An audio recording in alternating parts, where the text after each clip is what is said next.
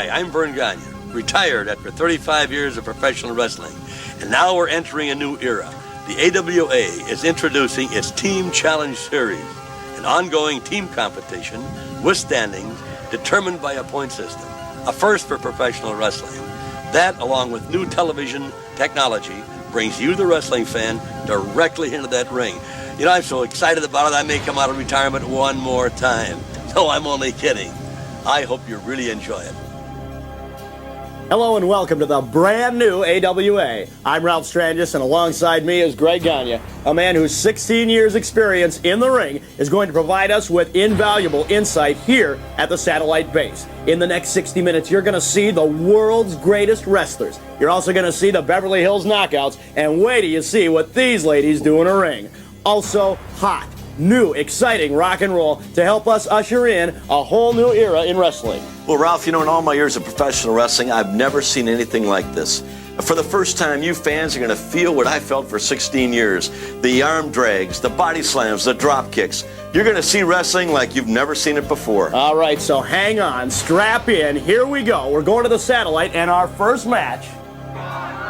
And here he is, 6'4", 240 from the beach in San Diego, Tommy Jammer. What do we know about this young man? Former amateur wrestler, track, both indoor and outdoor, held the record in the high jump at 6'5".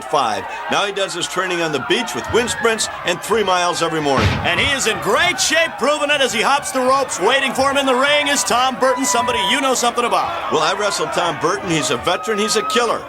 He's going out there today to try to beat Tommy Jammer. He could do it.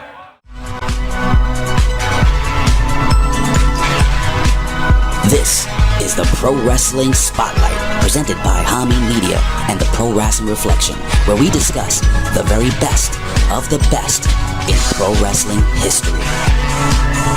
And what's it gonna do when Hulkamania and the largest arms in the world run wild on you?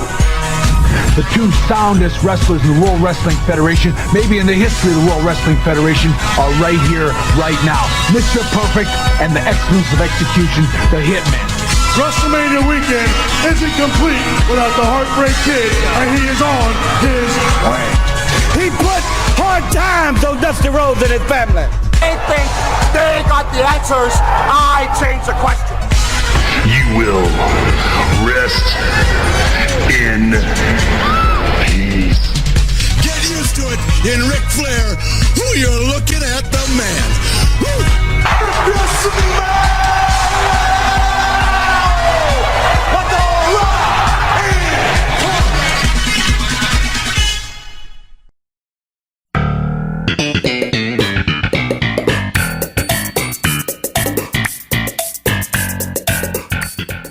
What is going on there, Reflection Knights? What is going on there to the Vitoites, the Haminites, and the probationary solitary confinement PWCites? What is going on to all the ites all over the world? The crazy Iranianites, the crazy Trumpites, the crazy Republics, the crazy Demites, the crazy Israeliites, the crazy Ukrainites, the crazy Russianites. You know, all these ites are so crazy.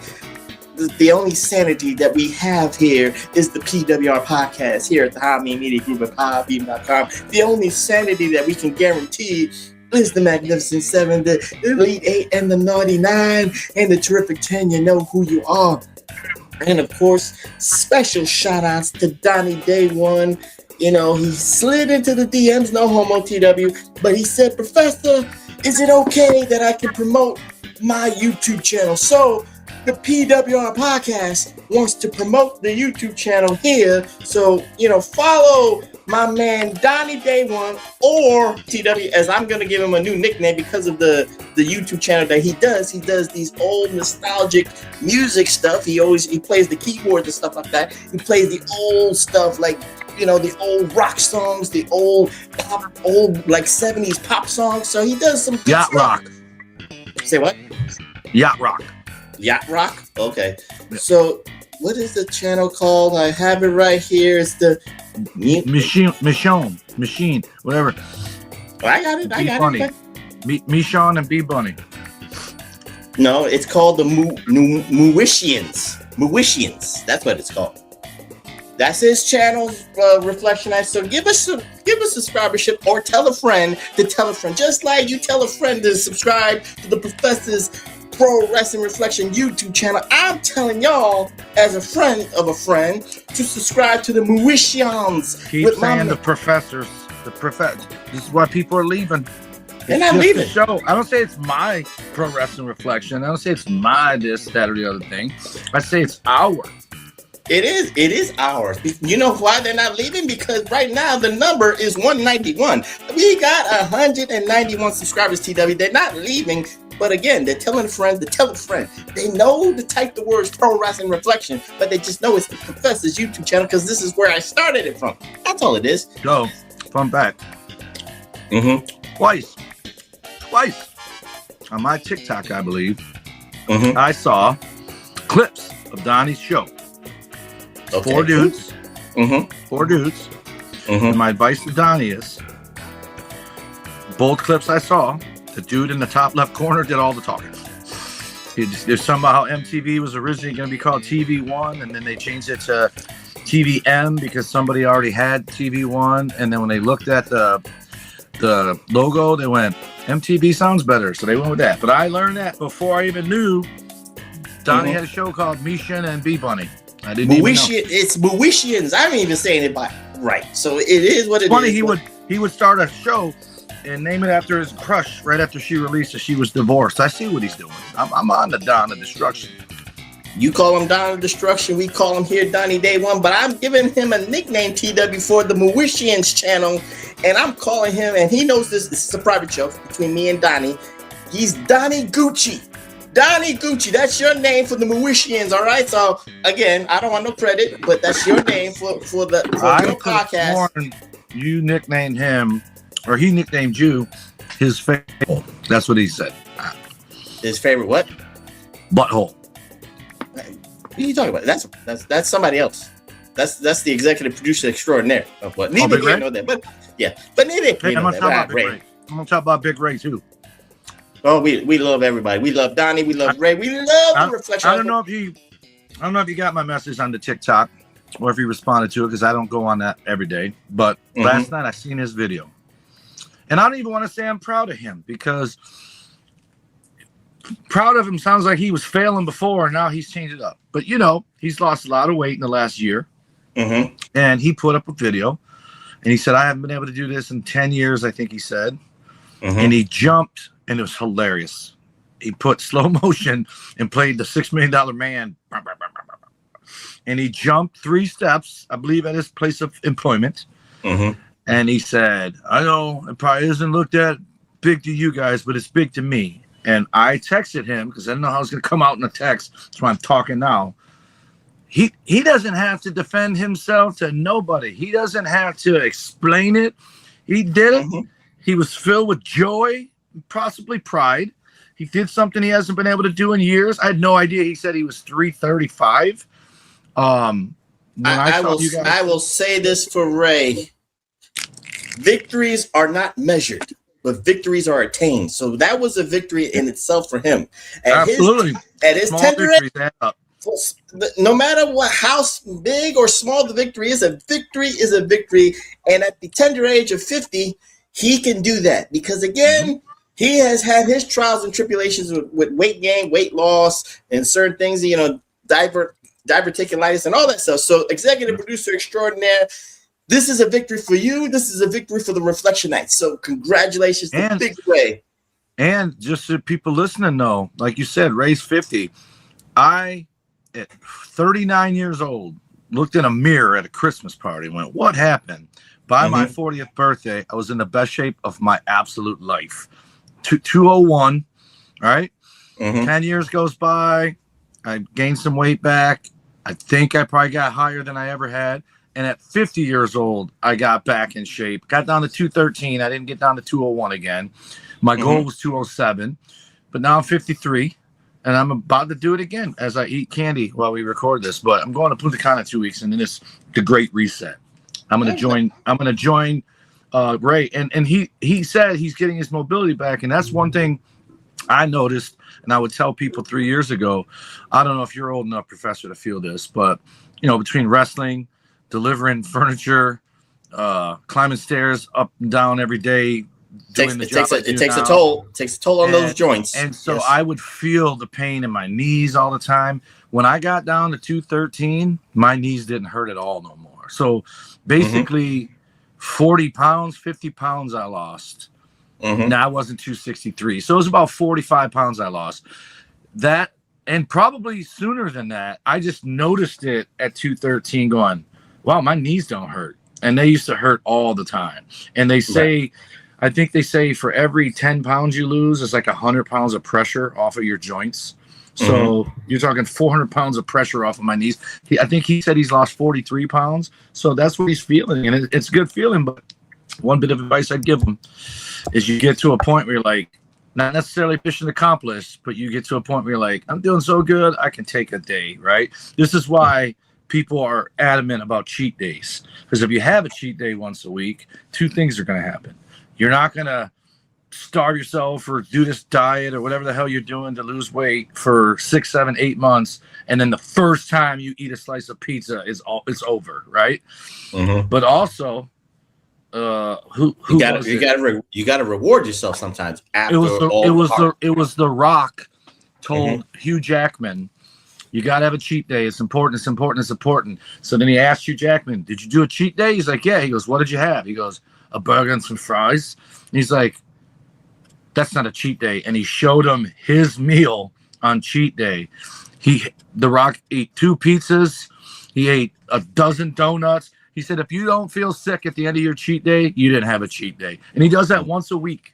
And look how he looks. Yeah. But, steroids, when neither heard of that. But with that being said, shout outs to Donnie Gucci, shout outs to executive producer extraordinaire Big Ray Hernandez and all that stuff. So, you know what? I was wrong. My intro was going to be like, TW has his bags packed. He's ready for Punta Cana.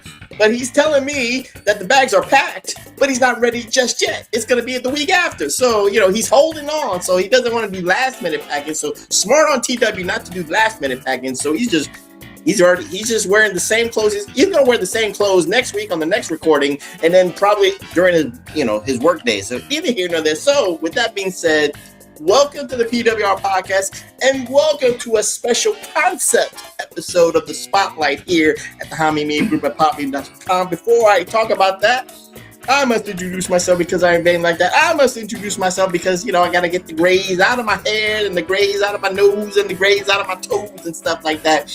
And I'm not going to say because Ray's going to, TW's going to say something, it's homoneurotic. And so with that being said, I'm the studious one. I'm the effervescent one. But most importantly, I am the glorious one.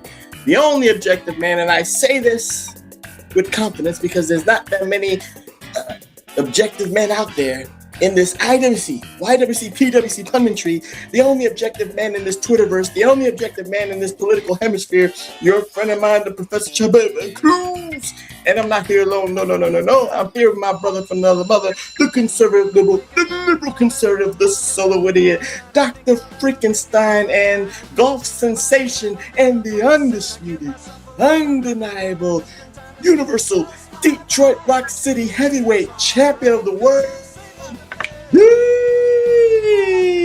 Tommy one. Oh, see, the arm still hurts because he's holding up the smaller belt, but neither here nor there. How you doing, my friend? How's the arm feeling? Well, I saw my chiropractor today. He informed me that a bicep is called a bicep because it's 2 muscles. This I knew. But it has 2 headers up here, and that they form one tendon and connect down here. I did inform him my pain is not up here, it's down here. But he said sometimes you can tear one of those headers and not the other one, and that's why your arm feels like jello, because you torn one of them, but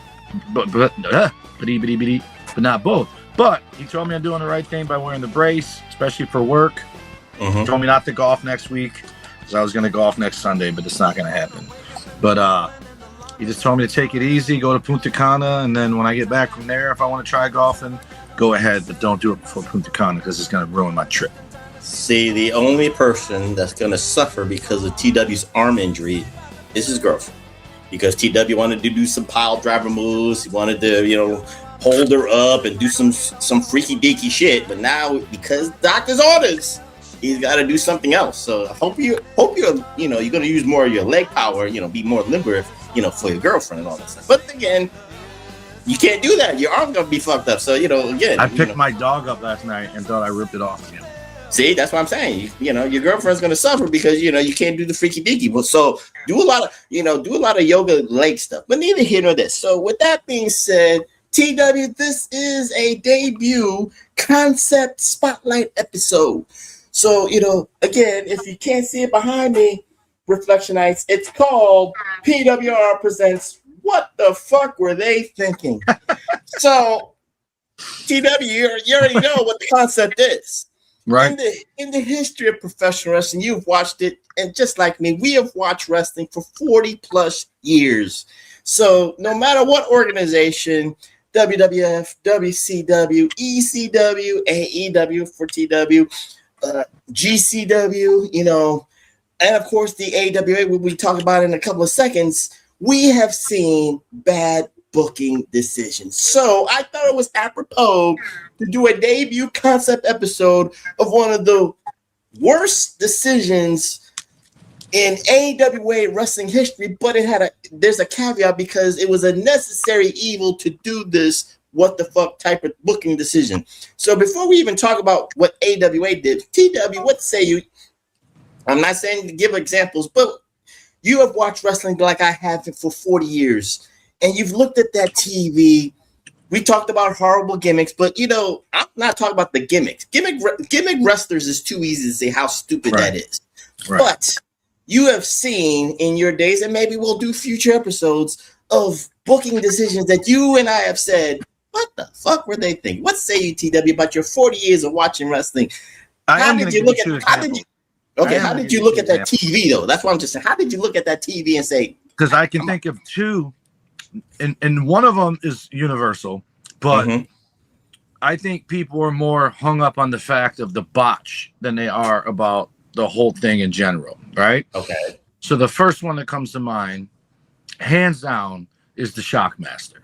And even if he doesn't trip through that fucking door and his stormtrooper spray painted helmet falls off, let's say he walks through that door fine.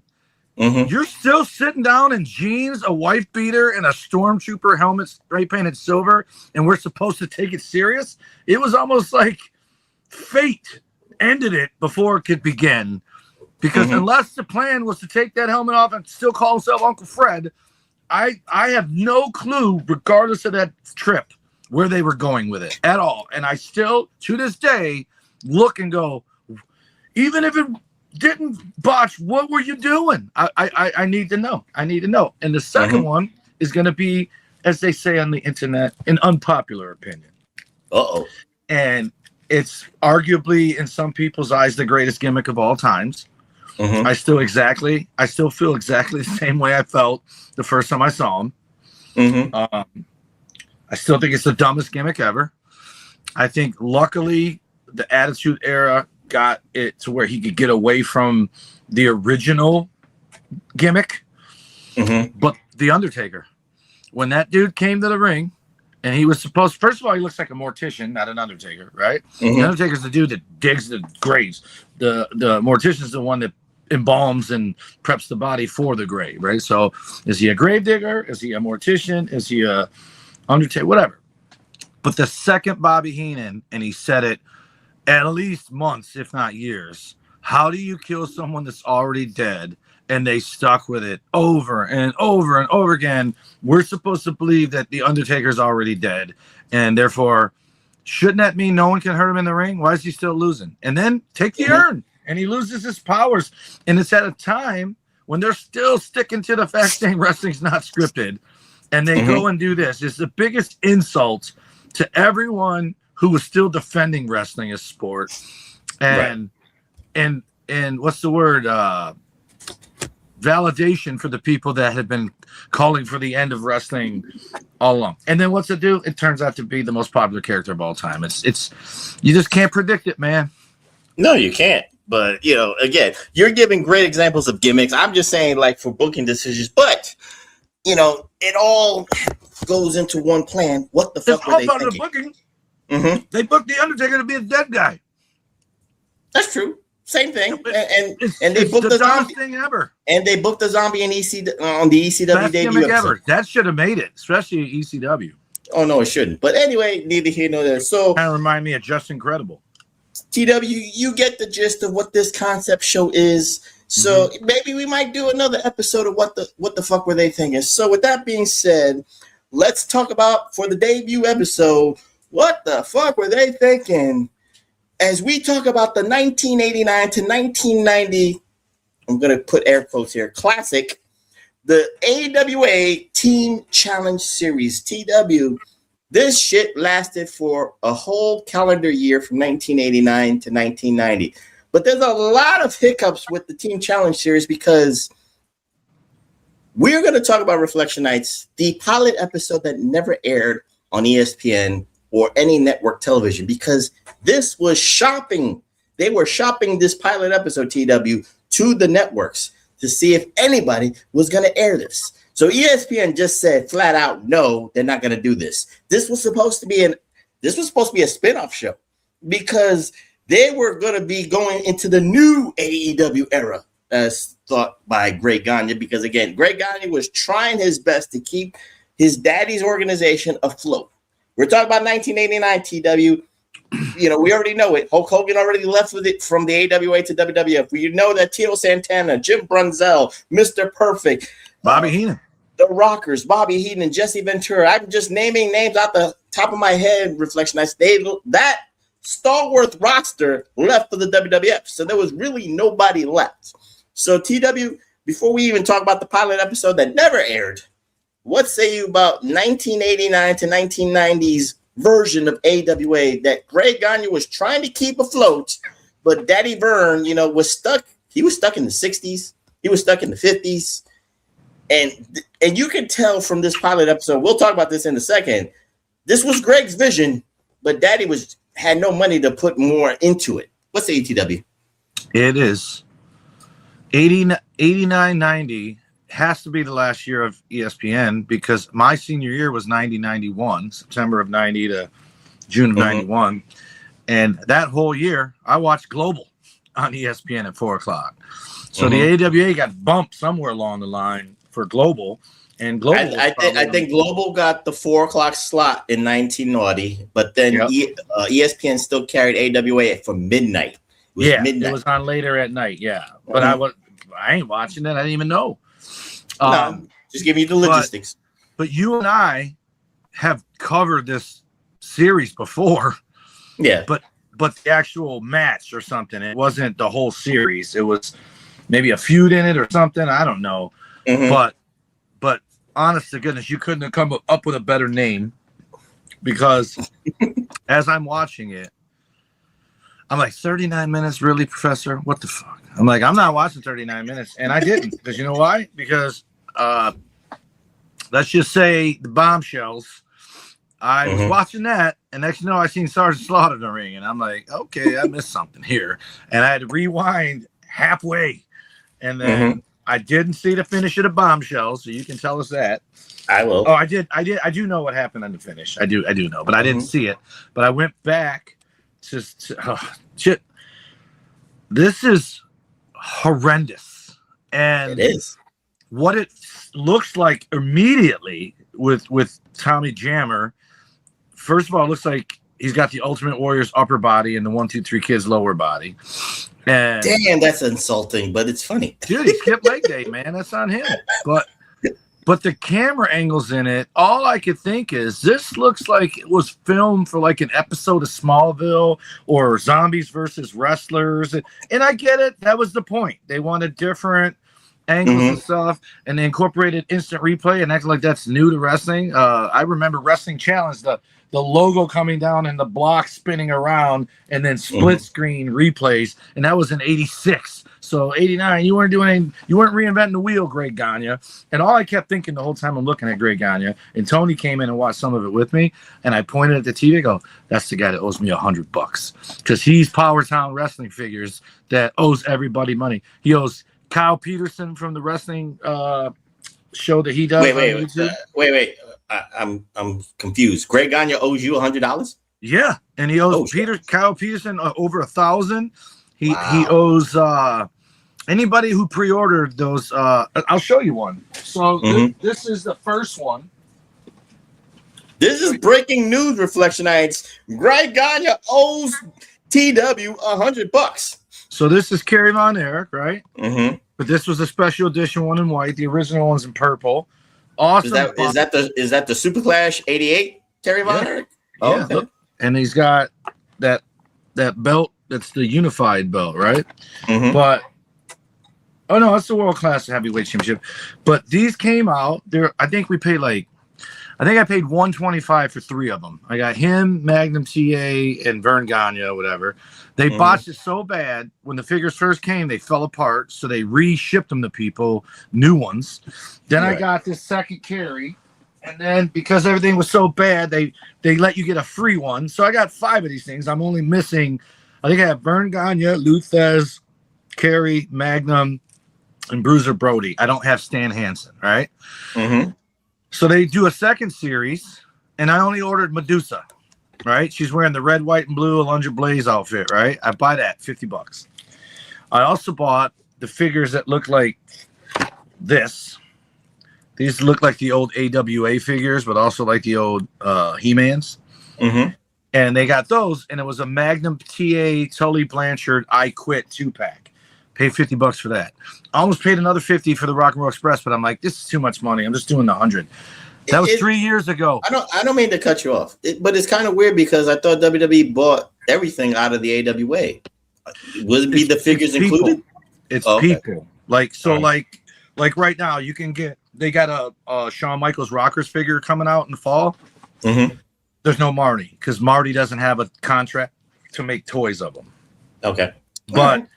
But like the likenesses, like that World Class belt, they bought the libraries. They didn't buy the lineage, if you will. Like if someone wanted to start the AWA today, they probably could, but they can't use the video without permission. Like the second video you sent me. The second video you sent me, that Wrestling with Regret guy, he at the end, it says AWA footage courtesy of TKO, WCW footage courtesy of TKO. He used TKO references to use them because you told me all the time you guys get flagged for using Ray uses the wrong video or the wrong music, and then you get a strike. You get a strike. So, but he at the end of his videos puts credit to TKO for the pictures. And video. Well, with that being said, big news. Greg Gagne owes him $100. So I'm, now you're. And it was Kyle Peterson over 1,000. Probably owes Cardona and Myers too. Probably, but I'm just saying. I'm hopefully Greg Gagne's on Twitter. I'm going to tag Greg Gagne. Did I show you this last week? Did I have it yet? What's that? Oh, yeah, you told me you had Danhausen. Yes, you did. This is Cardona makes it. My Cardona and Myers make these. All right. So with that being said, let's get back into this Team Challenge Series pilot episode, Reflectionites. And off the bat, it just looks so slow and drab, even for the new AWA of 1989, TW. The roster is so thin because the pilot episode actually is funny, Reflectionites, because you would think that this is the start, the launching point for the Team Challenge Series. But we find out within this episode that points has already been accumulated. Quite a few. And in the middle of this, I kid you not, the point system, and especially if you think about it for weekly television, there were already, it was Larry's Legends, Baron's Blitzers, and Sergeant Snipers. The point system was about 18, 16, and 13. So, TW, we already are jump-starting a month's worth of matches that we already missed, but this is a pilot episode. So already off the bat, Greg Gagne and Vern Gagne made a blunder to not make this the launching point, and everybody starts at 0. That's one quandary I have. Number 2, poor editing. Oh, we're going to talk about the editing. This shit is funny with the pilot. Now, I will give them a little bit of credit. They were ahead of their times because Reflectionites, with the thin roster that they did have, they did something that the WWE stole from them in 2020. While the WWE had money, TW, for the Thunderdome, AWA did a studio.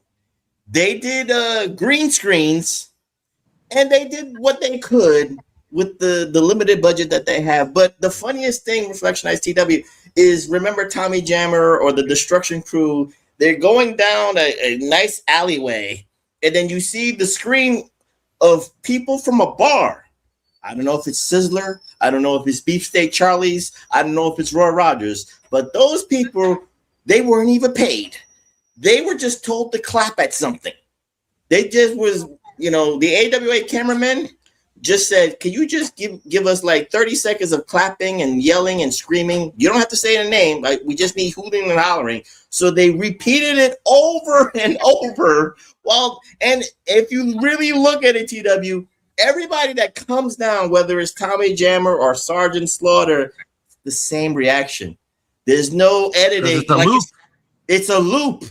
It's a fucking security footage loop. Like if you're gonna rob a bank and the robbers like take the unplug it and then replug it with the loop. That's what they did. You just see the same girl go like this. Yeah, yeah, yeah, yeah, yeah, yeah. Then you see a kid like. And then the two kids at Chuck E. Cheese go. Right. So, TW, what say you about, the limited resources, but the editing blunders of this pilot? It's first of all, we watch it, and you got those camera angles that are in the ring, like all up their ass. Like, it looks like, what's that Mexican wrestling movie we watched? It reminded me of that, right? Like, just all of it. Like, Nacho Libre? No. All the mass wrestlers were, like, trying to okay. Oh, yeah, I know what you're talking about. Yeah, I know. So there's that, and then it's so dark. You're like, at first I didn't realize there wasn't fans there, and then when the first guy walks, I didn't catch Tommy Jammer walk down there, but I did see the Wrecking Crew and Jimmy V do it, and then I saw Sarge. I saw everyone do it after that, but I didn't realize it because I'm looking up, looking down, whatever.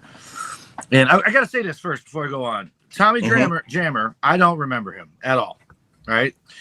And I told Tony, I said, here's the funny thing. I said, terrible body slam he took. And then he gave that dude he wrestled an even worse body slam where they land like boom, boom, boom, boom instead of boom. Right. Other than that, everything he did, head scissors, headlock, all that stuff he did, drop kicks, clotheslines, it all looked good. He was a solid worker. It's just, he just unfortunately is where he's at. Right. Yeah. And he was part of the future of AWA for the 90s. So that's he was someone they were banking on. But when he came out, when I ended up seeing it the second time with that Wrestling with Regret guy, he did something that was funny because that girl in the front row with like the 80s perm, not big hair, like Marcy Darcy from the fucking Bundys. He waits for her to look. Then he does a move to her like that, and then she moves and looks back at her friend all giggling like, oh. So it looked like he was interacting with her. So I got to give him credit for that. But that split screen, the first time I saw it with Johnny B and Record, I'm like, what the fuck? And then they get in the ring, and I'm like, are the fans just further back? And then they show footage of people sitting at tables eating, and I'm like, now I'm supposed to think there's tables and shit in there? I'm like, that's an empty building. And then Wrestling Regret. It was a studio in Minneapolis. So, logistically, TW. An empty studio. It was an empty studio. It was an empty television studio where Vern Gagne rents it out for the pre-tapes. That Terminator guy, I think he worked. Well, you're going way into it. Let's just no. But I'm giving you an example. When he worked Slaughter, I think, was Terminator. When he kept talking to him, you could hear the echo in the empty room. Like, perfect example, SummerSlam, Seth and Roman are talking to each other. There's cameras there and you can barely hear them. You definitely ain't hearing an echo in the arena or wherever they were, the football stadium. But everything he said just echoed and you could hear it loud. Even with the can cheering and everything in there, it still went over that. And so I was just like, this is terrible. But I didn't know what you said earlier, that it was shot to shop it around. Yeah, it was shot to be shopped around. They thought that ESPN was going to pick it up because that was going to be the spinoff. I think The plan was, TW, that this was going to be the spin-off episode while AWA does the, the regular feuds and stuff like that, that this was going to be the concept show to do all the points system stuff like that. So, again, they thought it was going to be sports-based, point system-based and stuff like that. So it's an okay concept because, for wrestling fans today, TW, you watch if you are a New Japan freak, like the vet is, like Jimmy T is from the PWC network, they've watched, New Japan for years. I don't know if you watch New Japan, but the G1 Climax, it's a round robin points gets, and it's very sports centric. So it's very serious shit like that. So, and that lasts for a month. This lasts for a year. So this was way stupider, but neither here nor there. It was supposed to just be the end of '89, and then it went over. Yeah, it went overboard. So they did their studio thing where there's no fans. They take the fan reactions at Beefsteak Charlie's or Red Lobster, whatever the case may be, but it was a Minnesota restaurant, and they didn't know what to do. The beginning is funny because, again, Reflectionites, I kid you not. It's the worst 2-minute introduction into a pilot I ever seen. First, you got Vern Gagne with his dog on his lakefront, TW. And right. You know that he's trying to sell this. But you and I know Vern Gagne. He does not want to do this because even he knows, yo, man, I like real wrestling. I like real sports-centric shit. And he knew, I don't know if he knew what was going to become of the Team Challenge Series, but Turkey on a pole match? No. King of the Hill Battle Royal match? No, that's not a Vern Gagne thing. He just does not like gimmick matches, TW. You and I know this. So he's like, I got to sell this. You barely get cage matches out of that guy. Right. So he's like, I might come out of retirement just to do this. So I knew that was phony. And then behind me, TW, you got Roger Trongard, a radio host. I don't know if he was a nationally syndicated radio host, and Greg Gagne. They were supposed to be the guys from the studio calling this shit. And even Roger Trongard, this man is so fake, TW. Even he is like, yeah, I hope the check's clear, man. I don't know what the... Is a Paul Heyman situation? Are these checks going to clear? Yeah, this is a Paul Heyman situation. These checks will clear. I will shill. As long as the checks clear, TW. You know this. The checks clear. I will shill for TW. Tony Khan, pay this man money, and he will shill for AEW. He will be a staunch sicko. The guy on the other episode said that dude's a successful 20-year NHL career. Right. That's all I'm just saying. But TW, what say about at least the first 2 minutes of the introductions? You can't believe that Vern Gagne is selling this. And of course, this Roger Trongard national radio host is not qualified to be a play-by-play commentator because he just felt lost. What say you? Yeah. And then Greg Gagne couldn't stop putting in NFL references like football, Minnesota, and he used a Chicago Bear. But this, first of all, there's just all kinds of hokey. The beginning and then the end where he goes, "We'll see ya. We're from the Space Age Studio," or whatever the hell he called the studio space.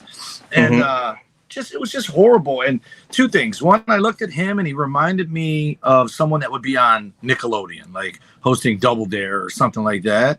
And then I couldn't look at Greg Gagne without thinking, Bishop better have my money. He owes me my money. I couldn't get past it. And the funny thing about Greg Gagne, I feel like my whole life I was a Greg Gagne apologist, but I think he got a couple matches with WCW, but he's always been. So the guy says it in the wrestling. He did the legend. I think he did the Legends reunion. Yes, he did a Slamboree, did a match. Yeah, he did a Slamboree or something like that. But he's never worked anywhere other than for his father. And that's not true. He worked in WCW as an agent for Bischoff when he got hired. I'm talking about wrestling. Wrestling.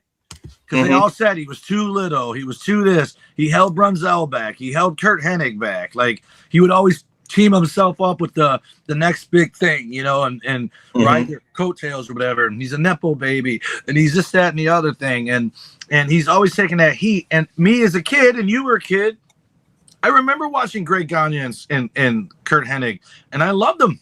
And I see old matches of him and Brunzell, the High Flyers or whatever they called themselves. I think they were the High Flyers, but whatever. Yeah, they were. And I watched them, and I liked them, and I never had an issue with Greg Gagne wrestling ever.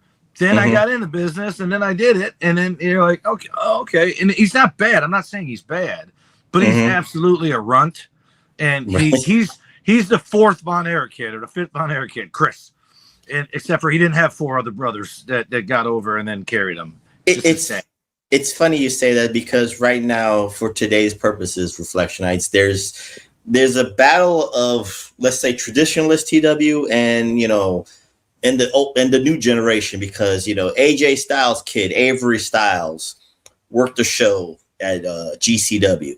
And somebody, I don't know if he's a promoter or something, was a wrestler. Well, he's a wrestler. Yeah. But he was pissed off that Avery Styles did not set up the ring and shit like that. The old guard traditional stuff that you're supposed to do, paying your dues and stuff like that. And AJ, you know, being a dad, you're protecting your kid. It's like he got paid to do an appearance. He's not being paid to set up the ring. But again, it's a believe it or not, I have an opinion on this. Okay, just finish. You were saying something. All I just want, because you're talking about Greg Gagne, and you know, Greg Gagne, people accuse Vern Gagne of shoving him down our throats. So we don't know if Greg Gagne paid his dues, because again, he got a lot of things gifted to him. Of course, he's going to be the second in command. He's going to, you know, get the torch. I'm not talking about the heavyweight title. I'm just talking about, you know, running and operating the AWA. It was going to be a family business. It was going to be hand down to Greg. And right. Greg, and is that any different than Shane McMahon? Is that any different than Stephanie, Eric Watts? Is that if you got a thing and you can hire your kid, why wouldn't you? You know what I mean? Right. And perfect example. David Flair didn't last long because he didn't have it. Charlotte still going. They argue she's the best woman ever. I disagree, but she's in the conversation, right? So, and that's what I mean. I apologize for Greg Gagne. You know, no, it's not that. But we'll never know, because he never wrestled anywhere else. And maybe he got offered to wrestle somewhere else, and he just stayed with his dad, unlike Kerry and unlike, you know, other guys that just said, hey, man, I got to go make some money. And you said you had an opinion about this Avery Styles thing? So here's the thing. I started in 94. I took down the fucking ring. I set the ring up. Everything Border City Wrestling, right? Scott and Mickey trained me. So if we wrestled a show, we went on Thursday and took that ring apart, and then we went to the venue and put it together so we could wrestle there Saturday. Then we took it apart, loaded it in a truck. That was the wrestling school that I did that for, right? So yeah, I paid my dues. But once I started getting booked and I was wrestling in other states and doing all that, what I think has happened is you have guys like Joe Hendry and Cody Rhodes and guys like that who on their own went and helped set up and tear down a show, right? Never, ever in my wrestling career did anyone ever ask me to tear down or put up chairs and rings for someone I wrestled for, especially if I'm out of town and I'm coming in, because out of town guys usually make more money than the local guys because they're giving you trans or a hotel and your pay, right? Or at least giving you enough money that you can get a hotel and gas to make it worth your driving, right? So because you're a known name within the business. Kind of, yes or no. They might not know who I am, where I'm going, but also at the end of the day, later on in my career, when I'm wrestling for the same people over and over again, I absolutely would grab some chairs and help clean up or fold the table up. But there's two things here. One, I think because other guys did it on their own, it's become this expected of thing to do. Okay. And to that, I would agree with AJ. He was paid to wrestle on a show, and AJ's kid isn't booking me. AJ's kid is booking someone that people are like, that's AJ's kid? I'm going down there to watch it, right? They're not going to say, oh, they booked Tommy Wonder, I'm going down there to watch it. They're going to go, who the fuck is Tommy Wonder? Hey, let's go check him out. Or they're not going to come. But they're not coming because of me. AJ Styles, they came because they were hoping his dad would show up. They came because they were interested to see if he was any good as his dad. But if no one asked him to help set up and take down, and he's green as fucking cucumbers because he just started in June, if no one asked him, how dare you be mad at him for not doing it? He doesn't know. Right. And I promise you, when you are over and you are signing shit at intermission or after the show, the last thing you want a fan to see you do is help tear down the ring. And you know what I mean? You at some point you have to protect, because that messes up your stock and your brand. Yes, to it a makes degree. you look like a ham and egger. Mm-hmm. Whereas if I just signed an autograph for you and you're just still hanging around and I'm sitting there taking the ring apart and all that, that's why you have a ring crew. Almost everyone I've wrestled for ever had a ring crew. Again, if I'm going to the bar and somebody on that ring crew's coming with us, I grab some chairs and help clean up. But I'm not carrying the fucking ring down and packing it in a truck and taking it to a barn. No, you have a crew for that. And if you don't have one, you kind of said there's two layers of this. You talked about setting it up as part of let's say a family with Border City. You'll do it for Scott. You'll do it for Jeff and stuff like that. I was made to do it because it was part of my training. Right, but being booked, you don't have to do it. So there's intersecting of traditions. That's what it is. And Vickery, he knows about war wrestling. Big Tom, love him. He's a stickler saying all wrestlers should help set up and tear down. And I disagree with it. If you want your fans to think at least some of your guys are stars, the last thing you want is them to be seen schlepping a ring around. You want people to think they're already in their limo on their way to their motel and got 7 broads and a keg of beer waiting for them when they get there. You know what I mean? Like there's still some mystique. And again, but these Mark-Tards follow these wrestlers, so they probably already know that's not true anyway. That wrestler that did this, that AJ called him a jealous douche, that guy did it because I promise you, he's either A, the promoter, and he's bitching because he probably didn't draw 3,000 more people like he thought. Or he's trying to drum. He's trying to drum up. Or he's business. trying to get in the fucking news cycle because he talks shit about AJ's kid. But what he is 100% is a mark. He's absolutely a mark. The business is full of people that shouldn't be running wrestling shows. It's full of even more people that shouldn't be in a ring. Dude, I've been seeing shit on TikTok showing teenagers wrestling, like 8th, 9th graders having full-on wrestling matches with an audience. And I'm like, dude, you'd have got murdered in the 90s doing that. For sure in the 80s and 70s. That backyard wrestling is tried and true, even from the 80s. I did backyard wrestling. This wasn't backyard. The teenagers were on a show that was a regular wrestling show, but they booked 2 fucking 9th graders to wrestle each other. Well, the community channel don't count, but neither here nor there. But let's go back into this. No, they got that. Let's go back into this again. The worst 2-minute intro, and we already talked about Tommy Jammer, but TW, there was a theme here with all these matches, and Greg Gagne wanted to show you this, and you kind of expound on it a little bit, but I just want to talk about it for the Reflection Nights. Is the new way of watching a wrestling match, especially for the new AWA Reflection Nights. There's nothing new here. The only thing that I will say in analogy wise was this was guerrilla porn. This was the way they shot it was POV. Was POV, 1 or 2 cameras.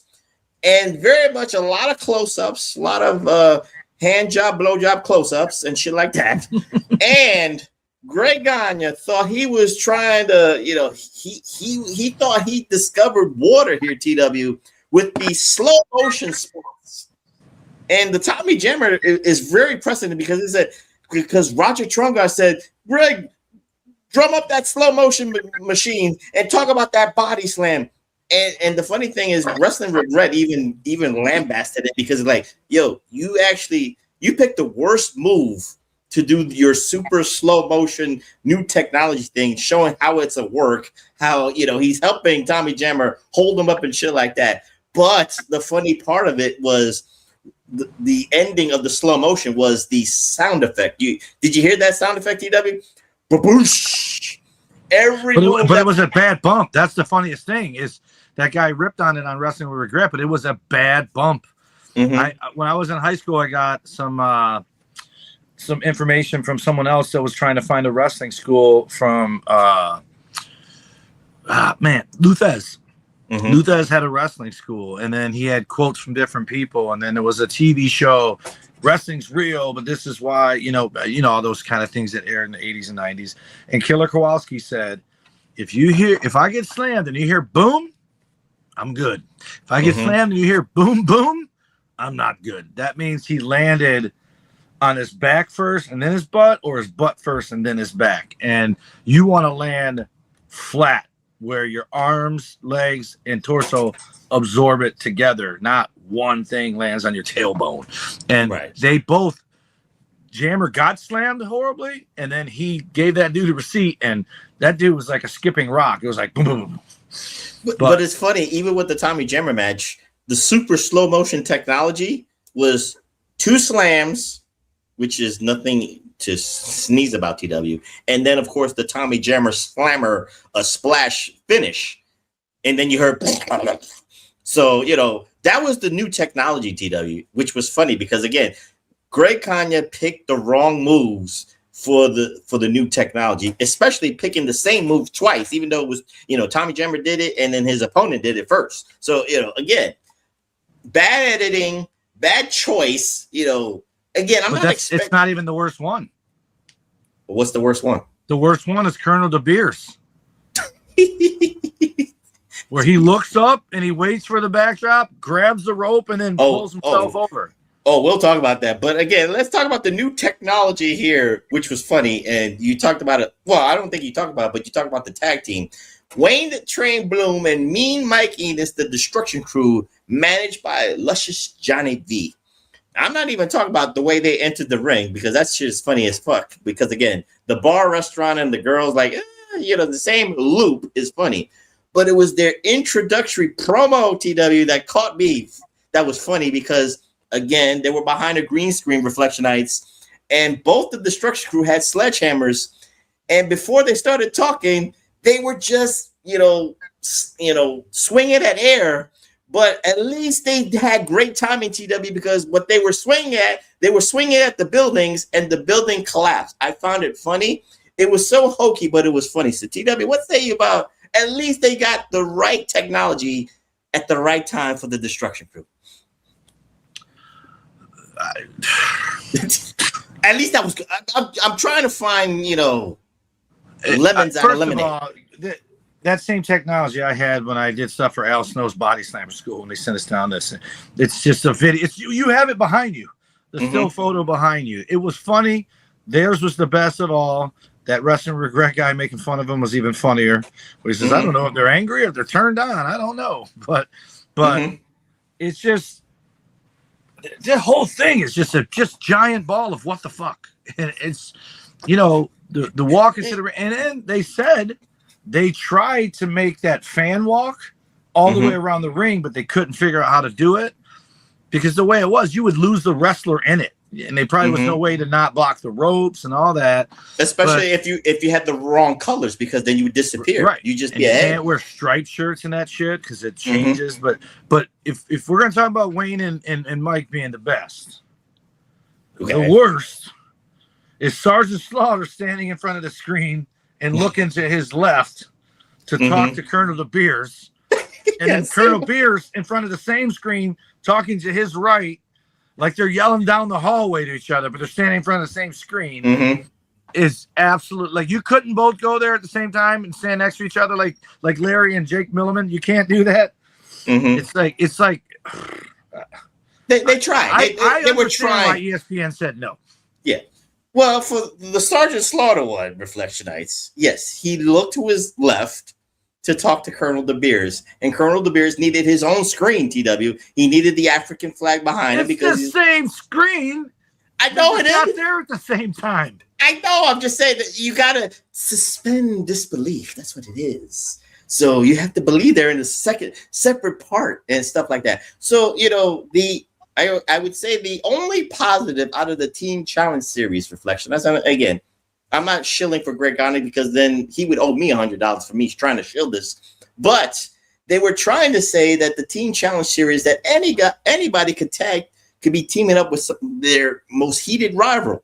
And at that time in 1989, TW, one of the most heated rivalries for AWA purposes is Sergeant Slaughter and Colonel De Beers. Funny enough, logistically, why is a sergeant leading a team where a colonel outranks him? But again, I go with that logistics. But as the Wrestling Regrets guy said, and I kind of honed in on this, and I agree with him 100% because Colonel De Beers made the Team Challenge Series at least funny. Colonel De Beers, at least he's MVP. He's the MVP, and Wrestling Regret, he got trained by him, so I guess he's a little biased, but I do agree with certain clips and shit. especially, and this was not in the pilot Reflection Nights, but you had to convince Colonel De Beers, a very serious professional wrestler, TW, to actually wrestle Jake the Milkman Milliman in a turkey on a pole match. Great finish, by the way. Absolutely awesome. Someone should steal that finish today without a turkey. But like say Chelsea Green, she won the ladder, right? But let's say someone else did it, and when they jumped down, the referee was distracted, and Chelsea stole the belt from her, Eddie Guerrero style, and lay there, and then the ref turned around and saw Chelsea and named her the winner. That was a great finish.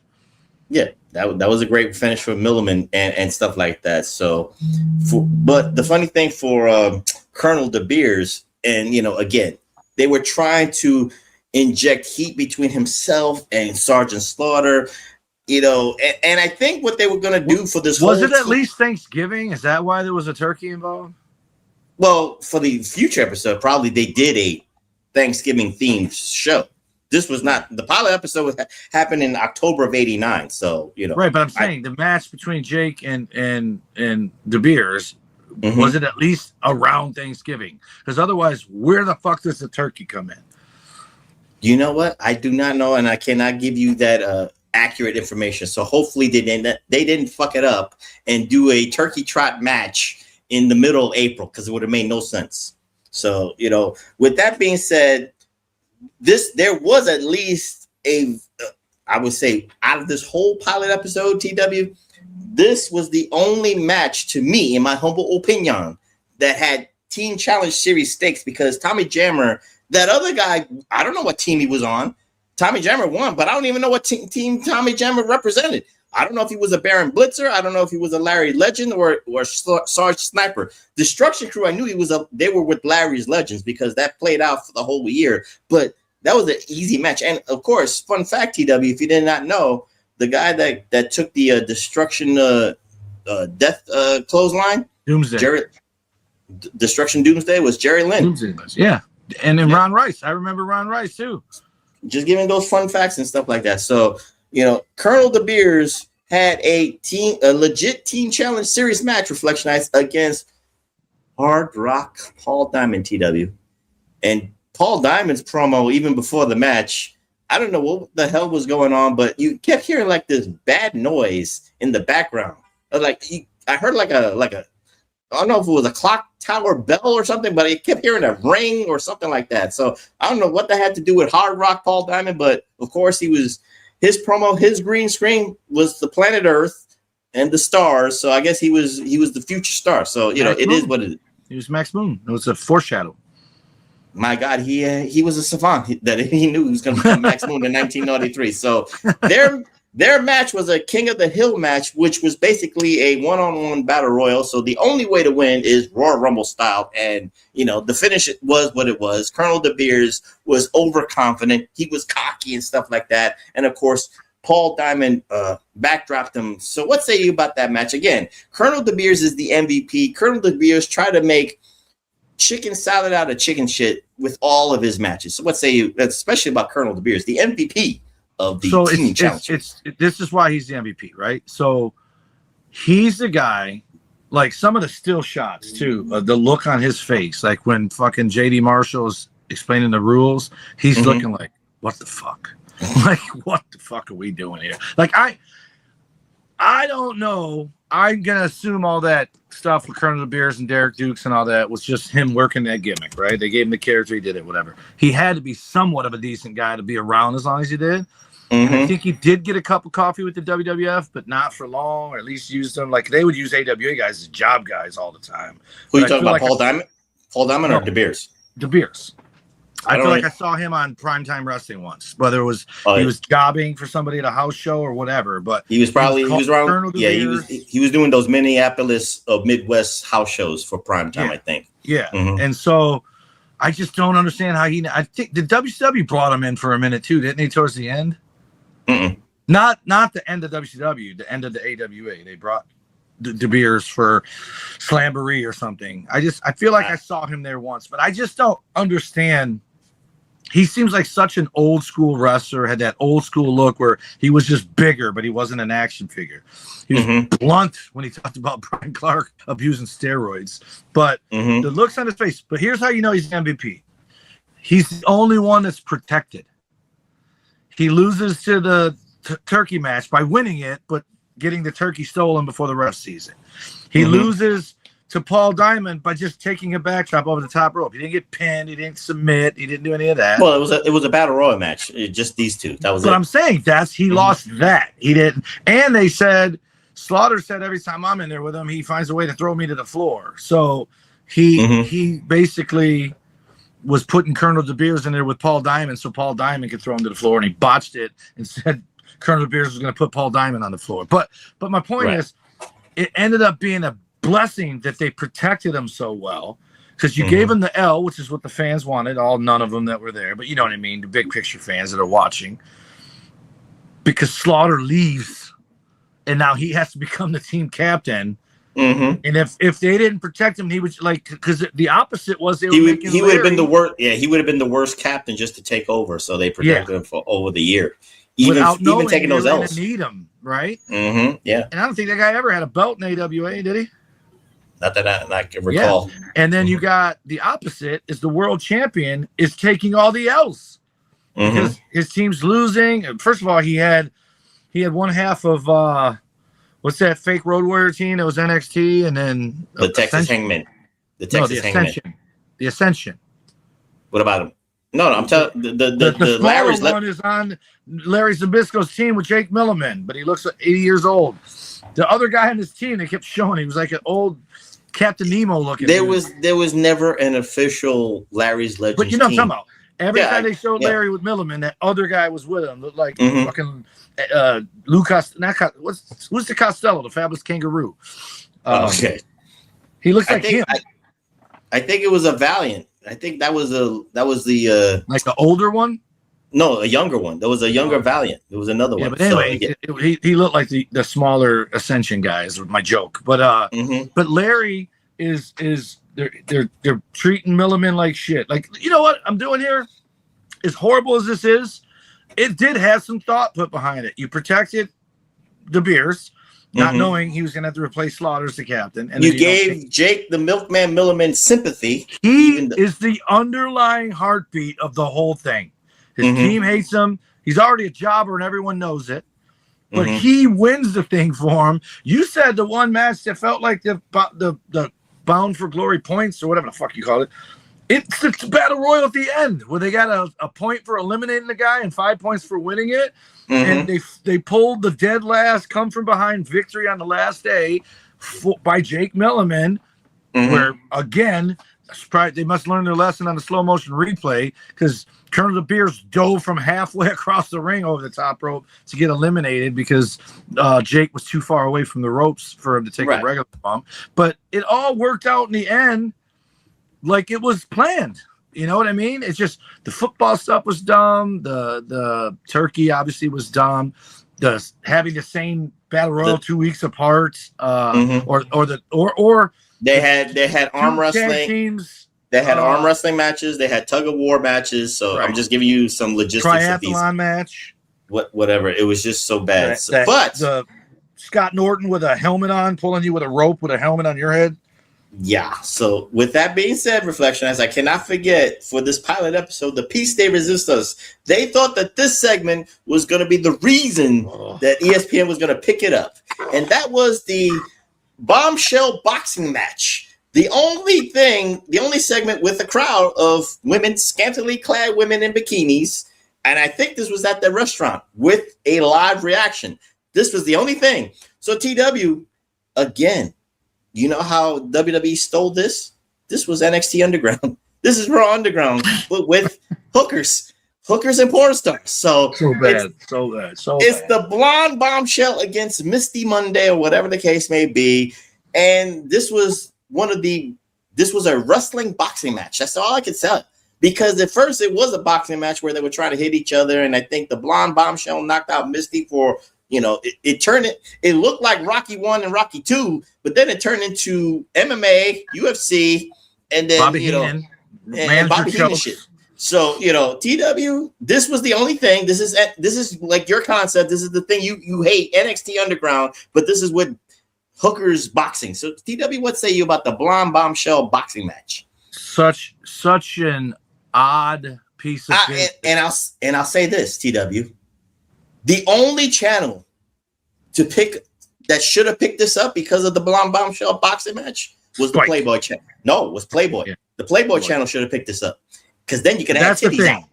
But here's the thing. Okay. This is where it gets fucking stupid. This whole episode is for the new AWA. And if you left it at that, then fine, they got boxing, right? With girls.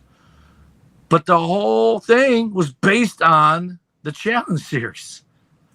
Then out of nowhere, they just toss these broads boxing in a lumberjill match because there's a bunch of other ones wrapped around the ring. And you're just like, was this included in the pitch for ESPN? Because this is tacky as shit. And they're wearing like Tarzan underwear over their bikini bottoms. Like, what is going on, dude? And don't forget, Greg Gagne has got to sit through this and try to sell this. And he's like, I wish I could have been there instead of being here at the studio. But all I'm just saying, this is the bad boxing match, Reflectionites, but I had to point it out. And Misty Monday knocked out the Blonde Bombshell after the Blonde Bombshell cheated, TW, because she body slammed her. They kept saying their names wrong. It was bad. It was, but again, you had a boxing match where you saw a body slam, a Randy Orton punt kick to the head. So she should have been disqualified, but this referee, you know how they could have sold this for me, TW? Remember, Danhausen, I get it. See, I know you always I know you was always looking down, so I know you was doing something. So you was doing something with your action figures. See, I knew it. I'm a savant, Reflectionites, but neither know that. You remember the movie Stripes with Bill Murray and Howard Ramis? Yes. Why couldn't they do that for this Blonde Bombshell boxing match? Mud wrestling. It's stupid. You might as well. But it's still. Well. You might as well go with Jello. Or Jello. Something with wrestling oriented. You knew back then there was mud wrestling or Jello wrestling. Again, it's a little bit risque, and this is for 12. That's why I said the Playboy channel should have picked this up. At least Vern Gagne would have had a check from Hugh Hefner. After dark. There you go. This would have been the new AWA. This would have been gritty. This would have been EC. See, ECW stole from them. That would have been that concept. So, TW, any closing thoughts on the Blonde Bombshell? Did you rewind it, or you just said, "Oh, fuck this"? No, I rewound to the first thing I saw after that because I was like, I'm not watching this. It was bad. It put me to sleep, man, immediately. And like, there's nothing. It's not like I can watch UFC and two girls fight, and they're just beating the shit out of each other, right? Like, as barbaric as that is, it's no different than the two dudes doing it. So I'm not opposed to that. But when they're out there with Tarzan clothes on and boxing and choking and kicking and just go out there and have fun. That's what it sounds like they told them. Just go out there and have fun because it's a black guy in the business, man. It's what it is. Like even the Monday Night Raw stuff with Sable and Tori and all that stuff. I don't even know how to word this without it sounding ridiculous. It was produced well, at least. You know what I mean? Like, sure, there was people that were offended by it. Sure, there were people that were, that's going in the bank. And sure, there was just people going, can we get on to the next thing? Right. But the point is, it was well produced. And yes, it didn't always go smooth, but it at least had the chance to go smooth. This looks like no one's in charge. Even Tits and Ass Reflectionites needs great production. You cannot just throw it out there because then it's just what's the purpose? Right. Even, again, you know why porn is successful, Reflectionites? Because at least you know the concept. This had no concept. There's structure. Yeah, there's structure in porn. I can't believe I'm saying this, but for a wrestling show. But there was no structure in this Blonde Bombshell boxing match. I was, you know what? I was waiting for them to kiss. That's all it was. And then I told you about the shoot battle royal that I got asked to be in Mansfield, Ohio, right?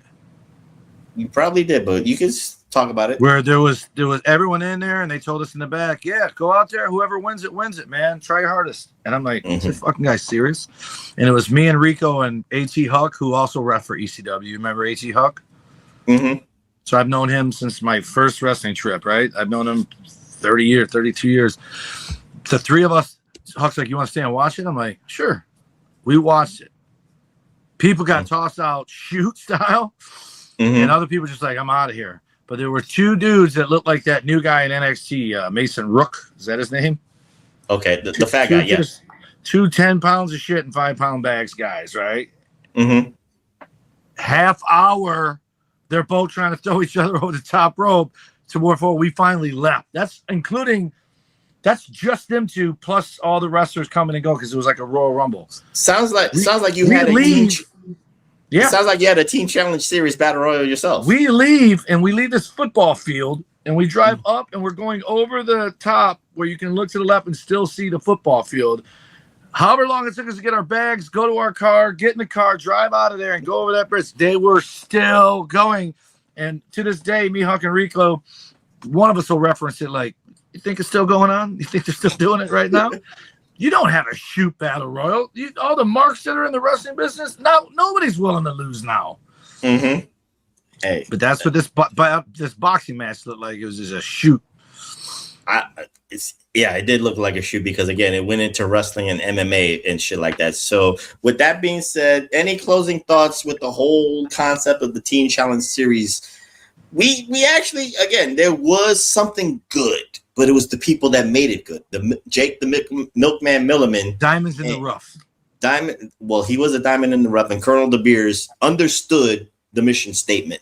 So that's the good part. The bad part was the Turkey Trot match, the King of the Hill one-on-one Battle Royal match that should have done like what TW saw with his Battle Royal. And then, you got football tug wars and shit like that. So we understand TW that Vern Gagne was losing money and he could not tour across the AWA was in '89 was not touring.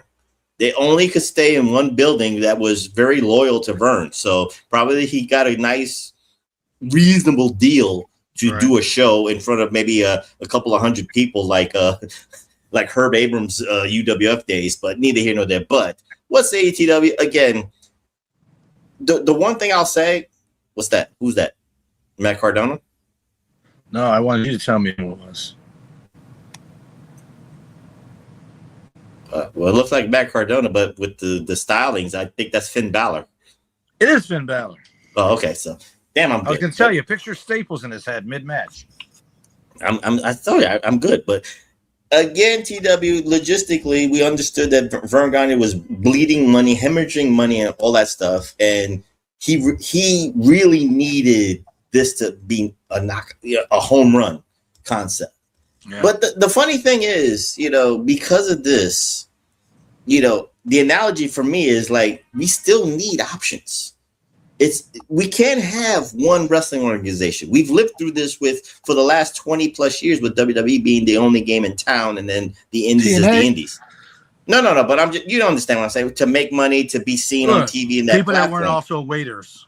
Right. That's the thing. You don't want to be the weekend warriors with a second job, but then you do this. But TW, the glory days was you had AWA, NWA, WWF. You had a strong territory, world class. You had a strong territory system. And I think today, today it's almost like it's recycling itself, but it's the marktards wishing for either WWE or AEW to like fold, be out of business. They don't know what they're asking for. Right. That's what I'm trying to say. What say you? Yeah. And then we'll close it out.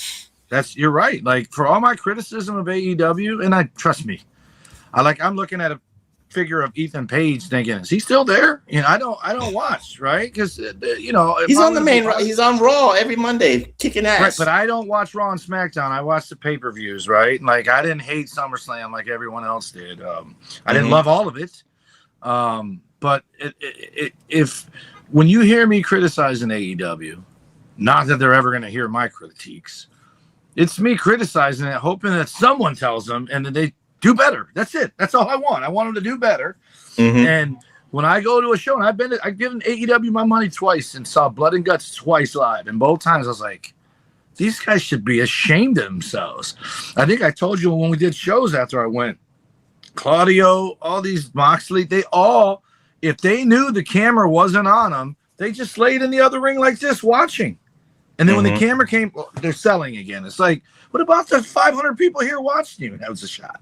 But, but you know what I mean? Like, I feel like I don't know, maybe I have criticized Tony Khan, but I feel like these people are just taking Tony. I honestly believe half of this roster, not Hangman Page, he's fucking believes his own hype, but like guys who got, you know, they're just in it for the check and make sure it's clear until it goes away, and half of them are expecting that to be soon, right? Like at some point, his dad's gonna go, "What the fuck? Where's all this money going, Tony?" You know, because that's all it is. Jacksonville Jaguars are the NBA, AEW is the WNBA. There's no way they're making the money that they're putting out on signing people. There's no way. You know what I mean? You got the wrong leagues. Jacksonville Jaguars, NFL, and AEW is the XFL. Is that better? That's okay. Right. I was trying to incorporate your line of work, NBA, WNBA. I appreciate it, but I don't want to be associated with either or. But neither. What I'm saying is, it's very WCW territory. You know, they're about to hire 5-6 more guys. They're going to pay them all guaranteed money. Half of them will be on TV for a week and never seen again. It's a formula, right? But you're gonna watch your Motor City Machine Guns. That's all that matters. So. I hope, man. I hope. But my point is, even if they do good doing overseas shows or whatever, that's once or twice a year. They're not making that. If they're selling 3,500 tickets to these places, they're not making money. They can't be. And they lost their action figure deal, so they don't even have that anymore. At some point, the dads can be like, "Hey, man, what's going on over there?" Again, which I also found out recently.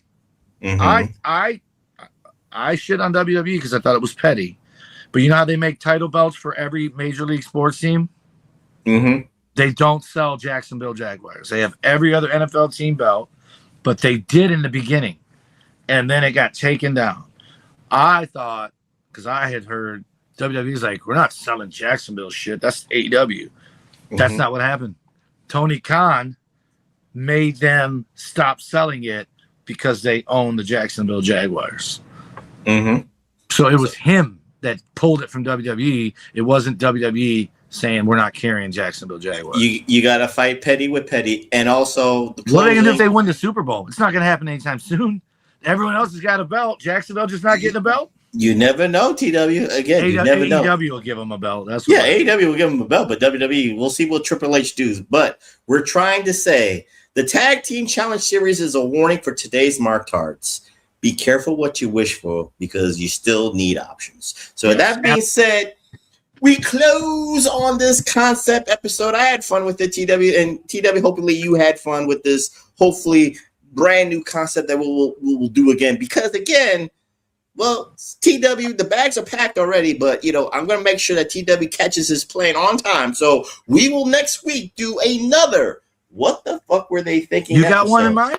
I got one in mind because I just saw Dark Side of the Ring. So with that being said, we are going to talk about the weird decision made by Hulk Hogan and Jimmy Hart to recreate a character from somebody else that made no sense and was a total fuck up. That last week.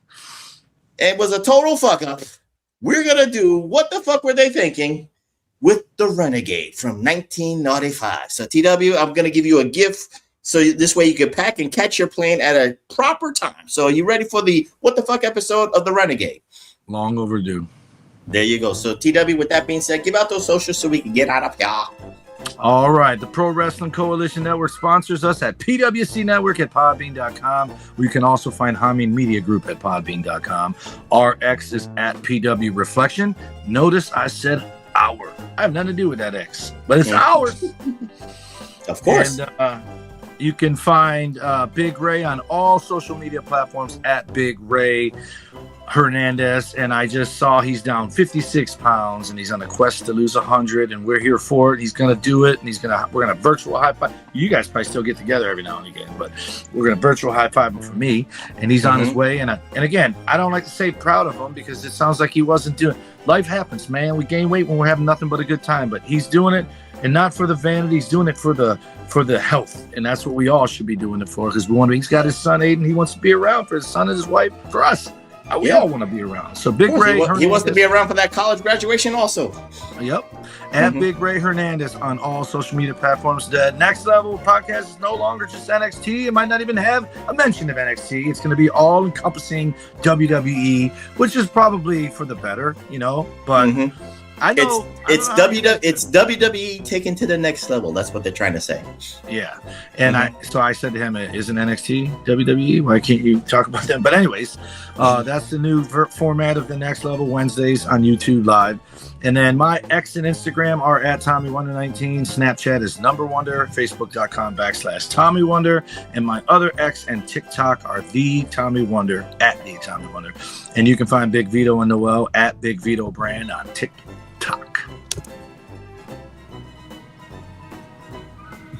And again, tell a friend to subscribe to the Pro Wrasslin Reflection YouTube channel. Again, people might say it's PWS or PRF. You could type that in too. It's still my channel, but it is TW's channel also. I haven't given them the code yet, but neither here nor there. But it's Pro Wrasslin Reflection YouTube channel. Follow me on my Twitter at PWS or PRF. That's PWS or Prof.